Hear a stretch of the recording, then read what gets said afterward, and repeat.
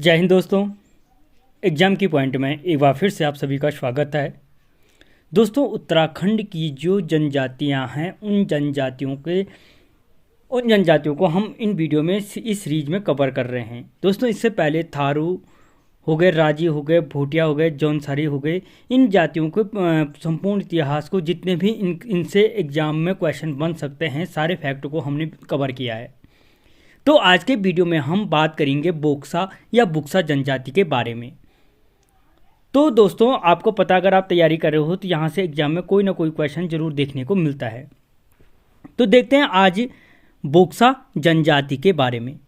तो दोस्तों, सबसे पहली चीज़ आती है कि बोक्सा लोग पाए कहाँ जाते हैं। तो दोस्तों, जो बोक्सा लोग होते हैं मुख्य रूप से उधम सिंह नगर जिले के बाजपुर, काशीपुर और नैनीताल जिले के रामनगर में रहते हैं। ठीक है, कहाँ पर? उधम सिंह नगर में, और उधम सिंह नगर के कहाँ पे? बाजपुर, काशीपुर और नैनीताल जिले के रामनगर में क्या बोक्सा जनजाति पाई जाती है।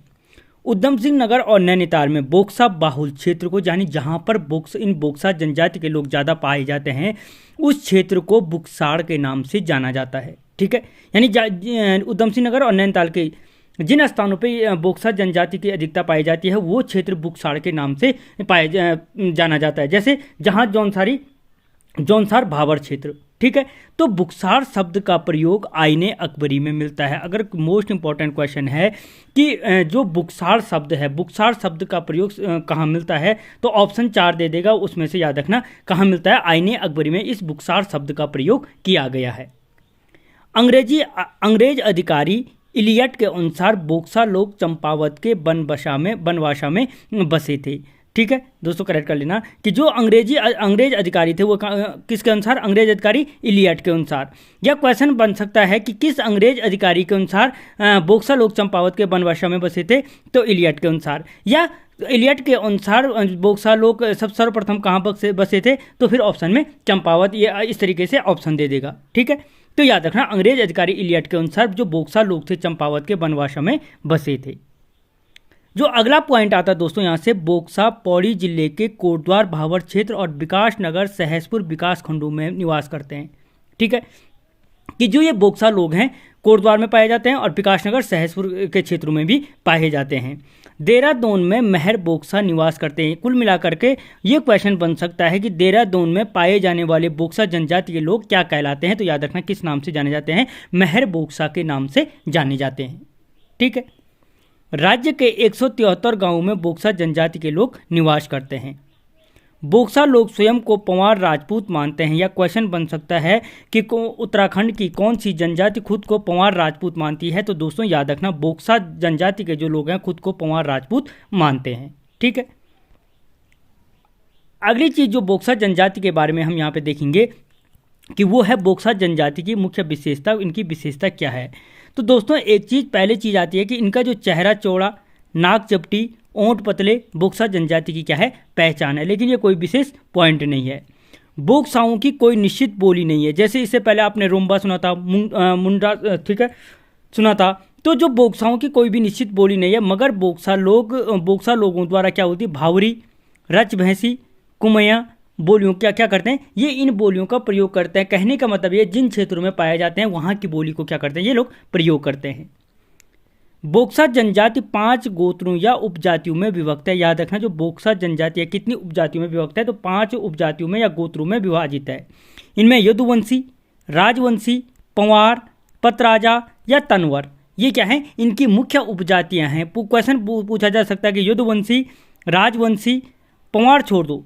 क्यों? क्योंकि ये सिंपल है, सिंपल पूछेगा यदुवंशी, राजवंशी, पतराज या तनवर किसकी मुख्य उपजातियां हैं, तो याद रखना किसकी है? बोक्सा जनजाति की उपजातियां हैं। ठीक है, बोक्सा जनजाति में पुत्रियों को भी संपत्ति का अधिकारी माना जाता है। यानी ये क्वेश्चन भी कई बार पूछा गया है कि किस जनजाति में पुत्रियां संपत्ति का अधिकारी होती हैं, तो आंसर हो जाएगा बोक्सा जनजाति में क्या होती हैं? जो पुत्रियां भी होती हैं संपत्ति की बराबर अधिकारी होती हैं। ठीक है,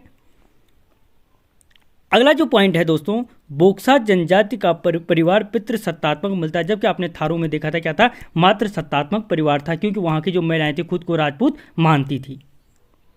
ठीक है,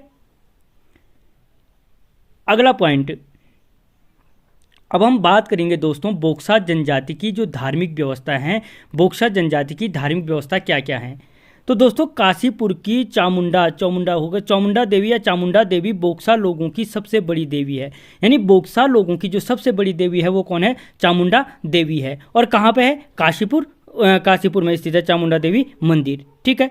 बुक्साड़ के बोक्सा साकरिया देवता की पूजा करते हैं। या अगर क्वेश्चन बनता है कि साकरिया देवता का संबंध किस जनजाति से है, तो दोस्तों याद रखना बोक्सा जनजाति से किसका है? साकरिया देवता का संबंध है। साकरिया देवता को ग्राम देवता भी कहते हैं। या क्वेश्चन पूछा जा सकता है कि जो बोक्सा जनजाति के लोग हैं ग्राम देवता के रूप में किस देवता की पूजा करते हैं, तो याद रखना किस देवता की करते हैं? साकरिया देवता की पूजा करते हैं। ठीक है। अगली चीज आती है दोस्तों, बोक्सा जनजाति ग्राम खेड़ी देवी की पूजा करते हैं। जो ये बोक्सा जनजाति के लोग हैं ग्राम खेड़ी देवी की क्या करते हैं? पूजा करते हैं। ठीक है। बोक्सा जनजाति हुलका व ज्वालपा देवी की भी पूजा करते हैं। इनकी जो मुख्य देवी होंगे देवता होंगे कौन कौन? साकरिया, ग्राम खेड़ी देवी, हुलका व ज्वालपा देवी। ठीक है। बोक्सा जनजाति में जादू टोना व तंत्र मंत्र का अधिक प्रचलन है। क्वेश्चन बन सकता है कि जादू टोना और तंत्र मंत्र का अधिक प्रचलन किस जनजाति में देखने को मिलता है, तो आंसर हो जाएगा बोक्सा जनजाति में देखने को मिलता है। और जो ये तंत्र मंत्र का ज्ञाता होता है, यानी जो इस तंत्र मंत्र विद्या का जो ज्ञाता होता है उसे भरारे या तांत्रिक कहा जाता है। ठीक है। कि जादू टोना और तंत्र मंत्र के प्रयोग कौन लोग करते हैं? बोक्सा लोग। और जो इनका प्रयोग करना जानता है, यानी जिसके पास ये तंत्र मंत्र का जो ज्ञाता होता है, वो भरारा के नाम से या तांत्रिक के नाम से जाना जाता है। ठीक है। अगला पॉइंट आता है चैती बोक्सा जनजाति का प्रमुख त्योहार है। यह क्वेश्चन बन जाएगा कि बोक्सा जनजाति का प्रमुख त्योहार कौन सा है, तो आंसर हो जाएगा चैती। या क्वेश्चन बन जाएगा चैती प्रमुख त्योहार किस जनजाति का है, तो आंसर हो जाएगा बोक्सा जनजाति का त्योहार है। ठीक है। होंगन, गोटरे, दलिया और इसमें मोरे भी बोक्साओं के प्रमुख त्योहार हैं। ठीक है। ये क्या है? गोरखा बोक्साओं के प्रमुख त्योहार हैं। अगली चीज दोस्तों इसमें आती है कि बोक्साओं की राजनीतिक व्यवस्था, कि बोक्सा जनजाति में बिरादरी पंचायत होती है। मोस्ट इंपॉर्टेंट क्वेश्चन है कि इन सब की अपनी अपनी पंचायत थी, खत खुमरी थी। ठीक है। तो आपने देखा होगा कि कोई ना कोई क्वेश्चन पूछा जाता है कि ये किसकी पंचायत है या इस जनजाति की कौन सी पंचायत है। तो याद रखना कि बोक्सा जनजाति जो है उत्तराखंड की, उसकी जो पंचायत होती है उसमें बिरादरी पंचायत का प्रचलन है। ठीक है। और जो ये बिरादरी पंचायत होती है यह न्याय कानून व्यवस्था के लिए उत्तरदायी होती है। ठीक है। यही क्या करती है कि अपनी बिरादरी में, अपनी जनजाति में कानून व्यवस्था को क्या करती है? कंट्रोल करती है। बिरादरी पंचायत में 5 सदस्य होते हैं। मुख्य रूप से जो बिरादरी पंचायत होती है उसमें कितने सदस्य होते हैं? 5 सदस्य होते हैं। और जो बिरादरी पंचायत का सबसे बड़ा अधिकारी होता है तखत होता है। ये 2 पॉइंट क्वेश्चन मुख्य हैं कि बिरादरी पंचायत बोक्सा जनजाति से संबंधित है और जो बिरादरी पंचायत का मुखिया होता है वो क्या कहलाता है? तख्त या तखत के नाम से जाना जाता है। ठीक है। जिसमें सदस्यों की संख्या 5 होती है।